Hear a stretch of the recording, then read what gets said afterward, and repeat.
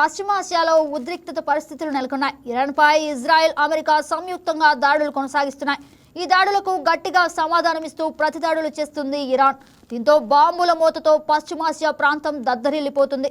ఈ వార్ ఇలాగే మరికొన్ని రోజులు కంటిన్యూ అయితే అది మన వంటగదిలోకి ఎంట్రీ ఇవ్వడం గ్యారంటీ అంటున్నారు నిపుణులు.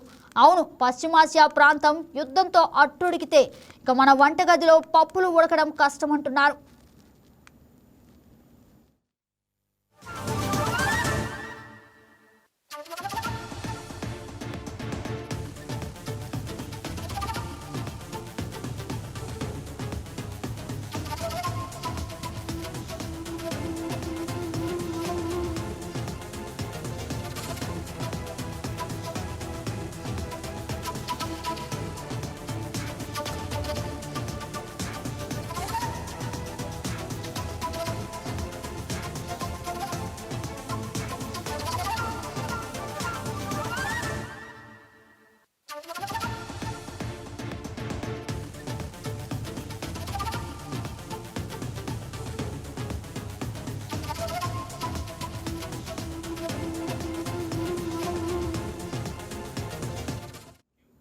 మన దేశంలో సాధారణంగా అందరూ ఇష్టంగా తినేది పప్పు. వెజ్ వర్గం కావచ్చు, నాన్ వెజ్ వర్గం కావచ్చు, చాలా ఇళ్లలో పప్పు కంపల్సరీ ఉంటుంది. పప్పు ధాన్యాలు దేశీయంగా పండుతున్నప్పటికీ విదేశాల నుంచి దిగుమతి గణనీయంగా ఉంటుంది. ప్రస్తుతం యుద్ధం కారణంగా నౌకల ద్వారా జరిగే రవాణాకు దెబ్బపడింది. మన దేశం ఏడాదికి 5 నుంచి 6 మిలియన్ టన్నుల మేర కందిపప్పు, పెసరపప్పు వంటి పప్పు ధాన్యాలను మయన్మార్, కెనడా, ఆఫ్రికా నుంచి దిగుమతి చేసుకుంటుంది. నౌకల రవాణా స్తంభిస్తే పప్పు ధాన్యాల ధరలు పెరగటం గ్యారంటీ.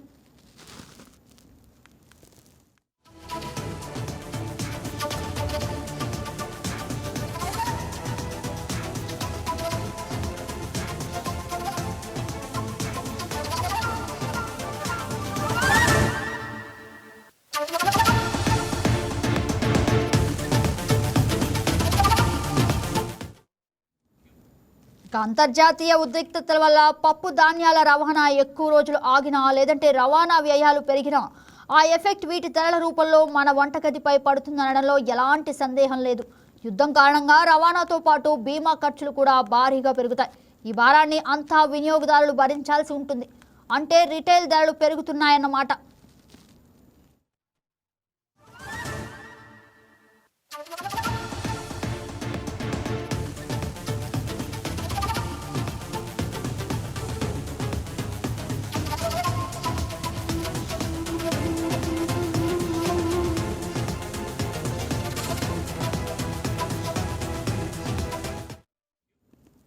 ఇక మన పొరుగు దేశాల్లోనూ యుద్ధ మేఘాలు అలుముకున్నాయి. ఆఫ్ఘనిస్తాన్, పాకిస్తాన్ మధ్య రణం నడుస్తోంది. ఇది కూడా మనపై ప్రతికూల ప్రభావం చూపనుంది. జీడిపప్పు, పిస్తా, ఎండు ద్రాక్ష, కుంకుమ పువ్వు, ఆఫ్రికాట్ వంటి డ్రై ఫ్రూట్స్, నట్స్ను మన ఇరాన్, ఆఫ్ఘనిస్తాన్ నుంచి దిగుమతి చేసుకుంటున్నాం. ప్రస్తుతం వీటి నిల్వలు మన వద్ద బాగానే ఉన్నప్పటికీ ఇరాన్ మార్గం పూర్తిగా మూతపడితే దిగుమతులు కష్టమవుతున్నాయని వ్యాపార వర్గాలు చెబుతున్నాయి. మమ్రా బాదం కిలో గత అక్టోబర్లో 1800 ఉంటే ఇప్పుడు అది 2800 అయింది. ఇరానీ పిస్తా ధర 840 నుంచి 1300కు చేరుకుంది.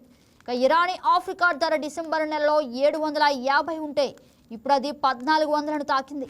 అయితే ఇక్కడ ఊరట ఏంటంటే బాస్మతి బియ్యం వీటి ధరలు తగ్గొచ్చు.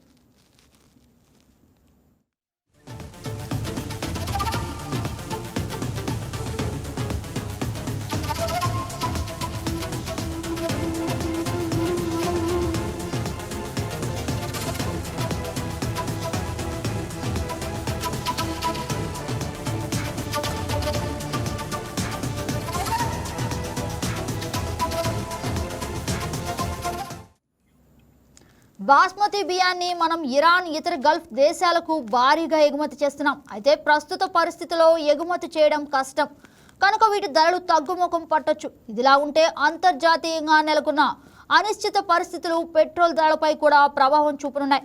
వచ్చే 8 వారాల పాటు దేశీయంగా పెట్రోలు, డీజిల్, ఇతర ఇంధనాలు గిరాకీకి సరిపడా చమురు, ఇంధన నిల్వలు దేశంలో ఉన్నాయని ప్రభుత్వ వర్గాలు చెబుతున్నప్పటికీ హార్మోజ్ జలసంధి పూర్తిగా మూతపడితే మనకు చమురు దిగుమతులు తగ్గుతాయి. మన దేశీయ చమురు అవసరాలను 88% వరకు దిగుమతులే తీరుస్తున్నాయి. హార్మూజ్ జలసంధి మార్గం ద్వారానే 40% చమురు దిగుమతి అవుతుంది. ఈ మార్గం ఎన్ని రోజులు మూతపడితే ఆ మేరకు సరఫరా ఆగుతుంది.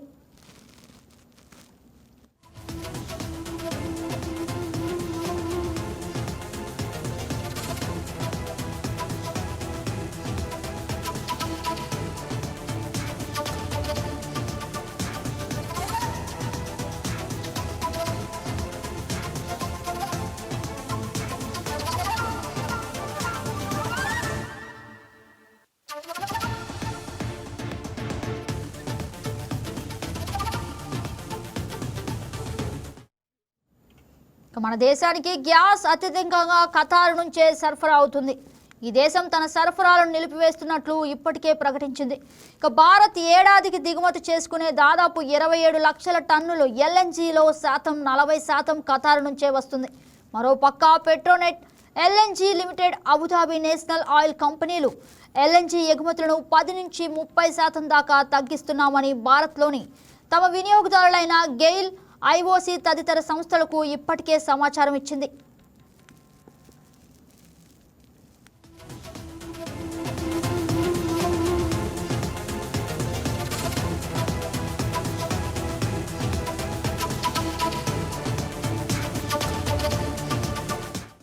మధ్యప్రాచ్యంలో యుద్ధం మన వస్త్ర, ఐటీ రంగాలపై కూడా ప్రతికూల ప్రభావాన్ని చూపనుంది.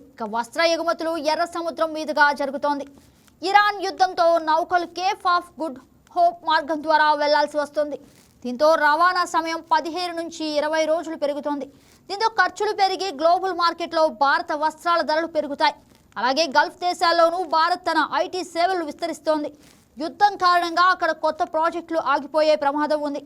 మరోవైపు దుబాయ్ మార్కెట్కు భారత్ నుంచి భారీగా ఆభరణాలు ఎగుమతి అవుతాయి. యుద్ధం కారణంగా ఈ రంగంలోని కార్మికుల ఉపాధి దెబ్బతినవచ్చు.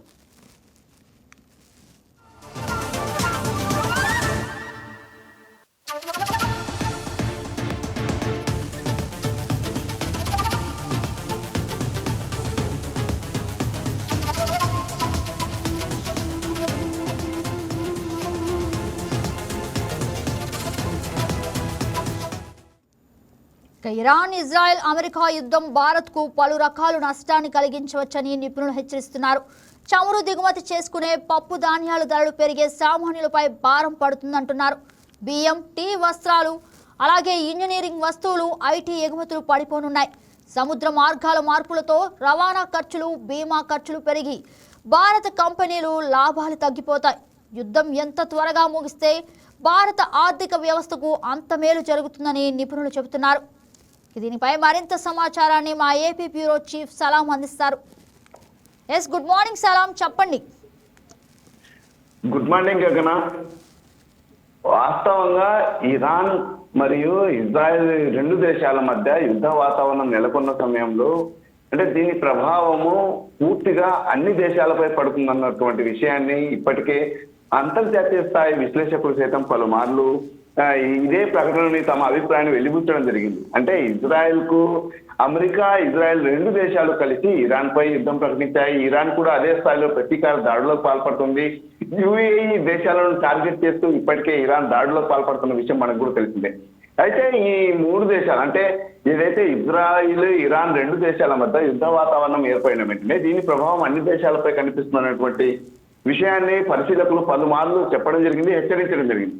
వాస్తవంగా గత శనివారం నుండి ఈ యొక్క యుద్ధ వాతావరణం ఏర్పడింది. ఆ తర్వాత ఒక 2 రోజుల పాటు యుద్ధ ఉద్రిక్తతలు కొనసాగుతాయి. తర్వాత పరిస్థితి సద్దుమణుగుతుందని చెప్పేసి అందరూ భావించినటువంటి పరిస్థితి. కానీ నేటికి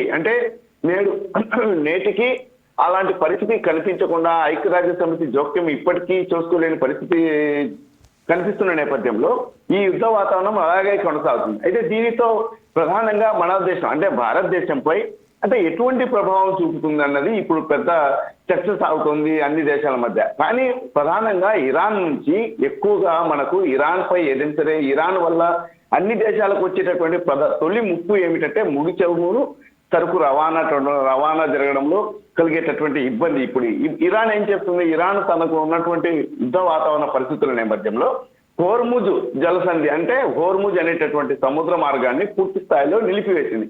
ప్రధానంగా ఈ హోర్ముజ్ అనేటటువంటి సముద్ర మార్గం గుండా ముడి చమురు అంటే పెట్రోలు, డీజిల్, ఇతర సరుకులు అన్ని రవాణా అవుతుంటాయి. అటువంటి రవాణాను పూర్తి స్థాయిలో ఇరాన్ పూర్తి స్థాయిలో నిలిపివేసింది. అంటే ప్రధానంగా అన్ని దేశాలు, భారత్తో పాటు ఇతర దేశాలకు సైతము ముడి చమురు రవాణా జరిగేటటువంటి మార్గం ఏదైనా ఉంది అంటే ఇరాన్ లో ఉన్నటువంటి హోర్ముజ్ సముద్ర మార్గం.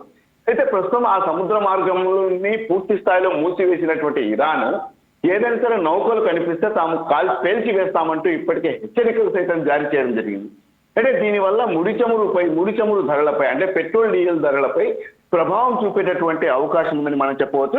ప్రధానంగా భారత్ పై ఇప్పటికే ఇది ఇరాన్, ఇజ్రాయెల్ యొక్క యుద్ధ ప్రభావం ఏ విధంగా ఉంటుందనేటటువంటి కోణంలో ఇప్పటికే ప్రధానమంత్రి నరేంద్ర మోడీ సైతం ఎప్పటికప్పుడు పరిస్థితులను సమీక్షిస్తున్నారు. అదేవిధంగా భారత విదేశాంగతో పాటు కేంద్ర ఆర్థిక శాఖను సైతము ప్రధానమంత్రి అప్రమత్తం చేయడం జరిగింది.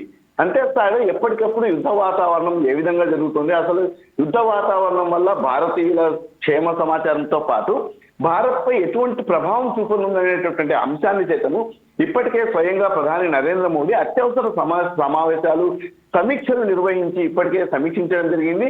అయితే దీనిపై ఒక అంచనా కూడా రావడం జరిగింది. నిన్ననే తాజాగా కేంద్రం సైతం ఒక ప్రకటన చేయడం జరిగింది. అంటే ఏదైతే ఇరాన్, ఇజ్రాయెల్ మధ్య రెండు దేశాల మధ్య ఉన్నటువంటి యుద్ధ వాతావరణం నేపథ్యంలో ప్రధానంగా ఏదైనా పెట్రోల్, డీజిల్ ధరలు పెరిగేటటువంటి అవకాశం ఉందనేటువంటి, భారత్ లో పెట్రోల్, డీజిల్ ధరలు పెరిగేటటువంటి అవకాశం ఉందని రాజకీయ ఈ చర్చలు సైతం సాగుతున్నాయి. అదేవిధంగా పరిశీలకులు సైతం ఊహాగానాలను వినిపిస్తున్న నేపథ్యంలో కేంద్రం నిన్న తాజాగా ఒక ప్రకటన చేయడం జరిగింది. భారతదేశానికి 25 రోజులకు సరిపడా పెట్రోల్, డీజిల్ ధరలు ఉన్నాయి.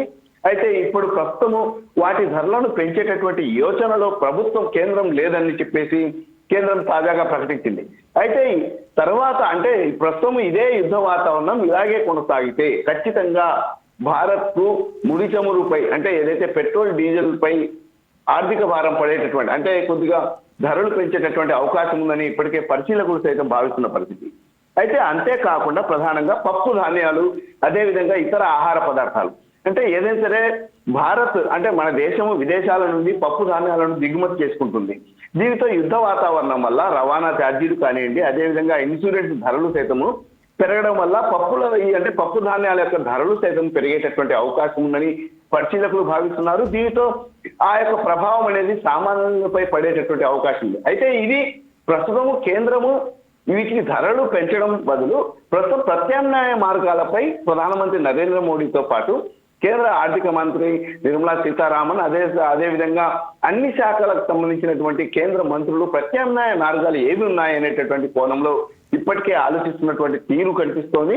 అయితే అంతేకాకుండా ప్రధానంగా మరొక విషయం ఏమిటంటే మనం దిగుమతుల గురించి ఆలోచిస్తున్నాము, ఎగుమతుల గురించి కూడా ఆలోచిస్తే మన గల్ఫ్ దేశాలకు అంటే యుఏఈ దేశాలు, కువైట్, సౌదీ ఇవైతే ఉన్నాయో యుఏఈ దేశాలకు, గల్ఫ్ దేశాలకు మన భారత్ నుండి బాస్మతి బియ్యం, వస్త్రాలు, ఇతర ఆభరణాలు సైతము రవాణా అవుతూ ఉంటాయి. అయితే ప్రస్తుతం యుఏఈ దేశాలు టార్గెట్ గా ఇరాన్ దాడులకు పాల్పడుతున్న నేపథ్యంలో అంటే ప్రధానంగా ఇరాన్ క్షిపణుల దాడులు, అదేవిధంగా డ్రోన్ల సహాయంతో దాడులకు పాల్పడుతున్న నేపథ్యంలో వీటి యొక్క ఎగుమతులు అంటే భారత్ నుండి ఏవైతే బాస్మతి బియ్యము, ఏవైతే వస్త్రాలు, ఏవైతే ఆభరణాలు ఎగుమతి అవుతున్నాయో అటువంటి వాటిపై సైతం ప్రభావం చూపేటటువంటి అవకాశం ఉంది. అందుకోసమే కేంద్రం ఎప్పటికప్పుడు పరిస్థితిని సమీక్షిస్తూ ఏదైతే ఇరాన్, ఇజ్రాయెల్ మధ్య ఏర్పడినటువంటి యుద్ధ వాతావరణం నేపథ్యంలో భారతదేశంపై ఎటువంటి ప్రభావం చూపుతుంది, ప్రస్తుతానికి అన్ని ప్రత్యామ్నాయ మార్గాలు మనం అన్వేషించాలనేటటువంటి కోణంలో కేంద్రం సైతం ఉంది. ప్రధానంగా అదేవిధంగా చమురు దిగుమతులు అంటే ప్రధానంగా ఇక్కడ మరొక అంశాన్ని మనం చెప్పుకోవాలి. చమురు దిగుమతులు అంటే చమురు యొక్క మనం దిగుమతి చేసుకుంటాం కాబట్టి ఈ యొక్క ముడి చమురు అంటే ఏదైతే పెట్రోల్, డీజిల్ వీటిని మనం దిగుమతులు చేసుకుంటాం కాబట్టి వీటి వల్ల భారత్ అంటే ఈ యుద్ధ వాతావరణం వల్ల భారత రూపాయి విలువ కూడా క్షీణించేటటువంటి అవకాశం ఉందని మనకు తెలుస్తోంది. ఏదేమైనప్పటికీ ఇరాన్, ఇజ్రాయెల్ మధ్య ఏర్పడినటువంటి యుద్ధ వాతావరణము మనకు ప్రధానంగా పప్పు ధాన్యాలపై అదేవిధంగా ముడి చమురుపై పడేటటువంటి అవకాశం ఉంది. ఇప్పటికే కేంద్రం సైతము ఎప్పటికప్పుడు పరిస్థితిని సమీక్షిస్తూ ఈ యుద్ధ వాతావరణం ఇలాగే కొనసాగుతుందా, లేకపోతే ఐక్యరాజ్య సమితి జోక్యం చేసుకుని ఈ యొక్క యుద్ధ వాతావరణాన్ని శాంతింపజేసేటటువంటి చర్యలు తీసుకుంటుందా అనేటటువంటి కోణంలో ఇప్పటికే కేంద్రం పరిశీలిస్తుంది. అదేవిధంగా ప్రధానమంత్రి నరేంద్ర మోడీ సైతం ఇప్పటికే రెండు దేశాలకు సూచించడం జరిగింది. శాంతియుతమైనటువంటి చర్చలతో ముందుకు సాగండి, యుద్ధ వాతావరణం వద్దు అనేటటువంటి కోణంలో ఇప్పటికే ప్రధానమంత్రి నరేంద్ర మోడీ సైతం ఇప్పటికే పిలుపునివ్వడం జరిగింది. అయితే ఏదేమైనప్పటికీ ఇప్పటికీ దాదాపు సుమారుగా ఒక 5 రోజుల పాటు కొనసాగుతున్నటువంటి యుద్ధ వాతావరణం వల్ల భారత్ పై అంటే భారత ఆర్థిక వ్యవస్థపై అంటే కాస్త ప్రభావం చూపేటటువంటి అవకాశం ఉందని పరిశీలకులు భావిస్తున్నారు. అయితే ఇదే విధంగా ఏదైతే ఇరాన్ నుంచి ఉన్నటువంటి హోర్ముజ్ జల సముద్ర మార్గాన్ని ఇదే విధంగా ఇరాన్ మూసివేస్తే ప్రధానంగా ముడి చమురు రవాణాపై పడేటటువంటి నష్టం ఎక్కువగా ఉందని చెప్పవచ్చు. అంటే ఇప్పటికే ఆ హోర్ముజ్ సముద్ర మార్గం వద్ద అటు ఇటు అంటే రెండు వైపులా సుమారు 700 వరకు నౌకలు ఉన్నట్టు మనకు అందుతున్నటువంటి సమాచారం. ఆ 700 నౌకలు అక్కడికక్కడే నిలిచిపోవడంతో వాటి యొక్క రవాణా సాగకపోవడంతో అన్ని దేశాలపై ప్రభావం చూపే అవకాశం ఉంది. అన్ని దేశాలలో భారత్ పై సైతం అదేవిధంగా ఆ ప్రభావం చూపేటటువంటి అవకాశం ఉంది. సుమారు 25 రోజుల పాటు ఇప్పటి వరకు మనకు ఇబ్బంది లేదు పెట్రోల్ డీజిల్ కు సంబంధించి అని చెప్పేసి భారత్ కేంద్రం సైతం ప్రకటన ఇచ్చిన నేపథ్యంలో అయితే మున్ముందు ఎలా ఉంటుంది, ఈ 25 రోజుల అనంతరం పరిస్థితి ఎలా ఉంటుంది అనేటటువంటి కోణంలో సైతము కేంద్రం ఇప్పటికే అన్ని మార్గాలు అంటే ఇతర దేశాల నుంచి మనం ఏమైనా సరే ఎగుమతులు చేసేటటువంటి అవకాశం ఉందా అనే కోణంలో సైతం ఇప్పటికే కేంద్రం ఆలోచిస్తోంది. అంతేకాకుండా ప్రధానమంత్రి నరేంద్ర మోడీ ప్రతి క్షణం అంటే ఎప్పటికప్పుడు భారత విదేశాంగతో పాటు అన్ని శాఖలను పూర్తి స్థాయిలో అప్రమత్తం చేసి ఎప్పటికప్పుడు నివేదికలను తెప్పించుకుంటూ గైడెన్స్ ఇస్తున్నారని మనం చెప్పవచ్చు.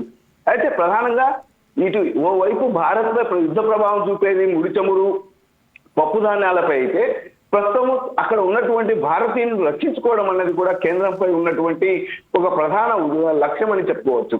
ఇప్పటికే యుద్ధ వాతావరణం ఏర్పడిన సమయం నుండి ఇరాన్ అదేవిధంగా ఇజ్రాయెల్, బహ్రెయిన్, దుబాయ్, కువైట్ లో ఉన్నటువంటి భారతీయులను సురక్షితంగా వారిని స్వదేశానికి తీసుకురావడం అనేది ప్రస్తుతం భారత్ ముందు ఉన్నటువంటి ప్రధాన లక్ష్యమని చెప్పుకోవచ్చు. ఇప్పటికే అక్కడ ఉన్నటువంటి భారతీయులతో కేంద్రం విదేశాంగ శాఖ అదేవిధంగా అక్కడ ఉన్నటువంటి భారత ఎంబసీ సైతం ఎప్పటికప్పుడు చర్చిస్తూ వారి యొక్క యోగక్షేమాలను తెలుసుకుంటూ అసలు ఏ విధంగా ఉన్నారు, ఎటువంటి పరిస్థితుల్లో వారు ఉంటున్నారు అనేటటువంటి కోణంలో సైతం ఎప్పటికప్పుడు సమాచారాన్ని తెలుసుకుంటున్నారు.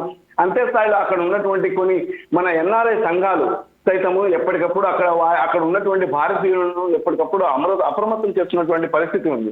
అయితే ఏదైనా సరే ప్రమాదకరమైనటువంటి పరిస్థితులు తలెత్తితే అక్కడ ప్రభుత్వం సూచించినట్లుగా సమీపంలో ఉన్నటువంటి బంకర్లలోకి వెళ్ళి తలదాచుకోవాలి.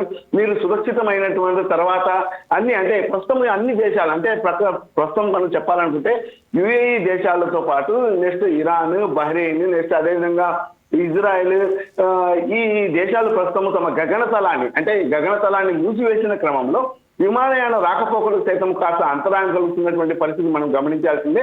ఈ నేపథ్యంలో భారతీయుల యొక్క సురక్షితాన్ని సైతము కేంద్రం ప్రతిష్టాత్మకంగా తీసుకొని ఇప్పటికే ఎప్పటికప్పుడు వారి యోగక్షేమాలను తెలుసుకుంది.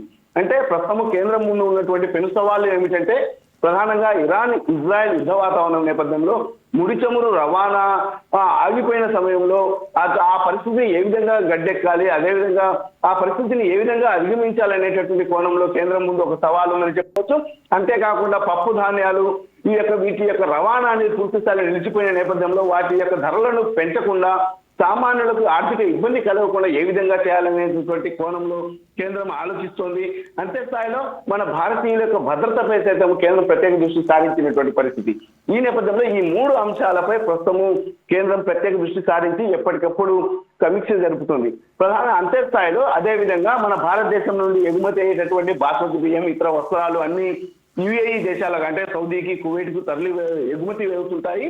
ఆ మార్గం అంటే ఆ రవాణా కూడా ప్రస్తుతం కాస్త ఇబ్బంది కలిగిన నేపథ్యంలో ఆ పరిస్థితిని కూడా అధిగమించుకునేందుకు ఇప్పటికే యుఏఈ దేశాలతో సైతము కేంద్రము మాట్లాడుతున్నటువంటి పరిస్థితి ఉంది.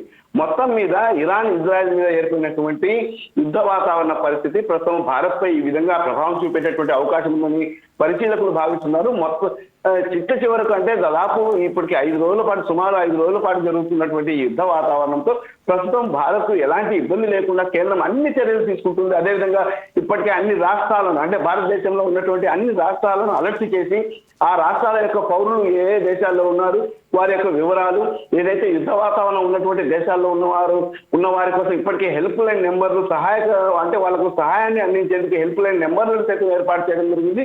ఈ విధంగా కేంద్రం తీసుకున్నటువంటి చర్యల పట్ల అక్కడ ఏదైతే యుద్ధ వాతావరణంలో ఉన్నటువంటి భారతీయులు సైతము కాస్త హర్షం వ్యక్తం చేస్తున్నటువంటి పరిస్థితి ఉంది. అయితే ఇప్పుడే మనకు అందినటువంటి తాజా సమాచారం ఏంటంటే బహ్రెయిన్ లో ఉన్నటువంటి తెలుగువారు తమను ఆదుకోవాలని, తమను స్వరాష్ట్రానికి తీసుకువెళ్లేందుకు చర్యలు తీసుకోవాలని చెప్పేసి ఇప్పుడే ఒక వీడియో విడుదలైంది. అది సోషల్ మీడియాలో సైతం వైరల్ గా మారింది. అయితే దీనిపై ఆ తెలుగు రాష్ట్రాలు సైతము ప్రత్యేక దృష్టి సారించాయి. ఇప్పటికే ఏపీ ప్రభుత్వంతో పాటు తెలంగాణ ప్రభుత్వం 2 రాష్ట్రాలు ఇప్పటికే హెల్ప్ లైన్ నెంబర్లను కేటాయించడం జరిగింది. అదేవిధంగా వీటి ద్వారా అంటే ఈ హెల్ప్ లైన్ నెంబర్లను సంప్రదించి మీరు సురక్షితంగా స్వదేశానికి అంటే ఏదైతే స్వదేశానికి చేరేటటువంటి మార్గాన్ని తాము సుగమం చేస్తామని చెప్పేసి ఇప్పటికే రాష్ట్ర ప్రభుత్వాలు సైతం సూచించాయి. మొత్తం మీద ఇరాన్ ఇజ్రాయెల్ మధ్య ఏర్పడినటువంటి ఉద్రిక్తత వాతావరణం భారత్ పై ఆర్థిక ప్రభావం అంటే ఆర్థిక నష్టాన్ని చూపేటటువంటి అవకాశం ఉందని ప్రస్తుతం మనం అంచనా వేయలేము. అయితే ఇదే యుద్ధ వాతావరణం మరో 10 రోజుల పాటు కొనసాగితే మాత్రం ఖచ్చితంగా ముడి చమురు రవాణాపై సాగుతుంది. అదేవిధంగా పప్పు ధాన్యాలపై వాటి ప్రభావం అనేది చూపించేటటువంటి అవకాశం ఉందని మనం చెప్పవచ్చు. జగన్. రైట్ సలాం, thank you for the update.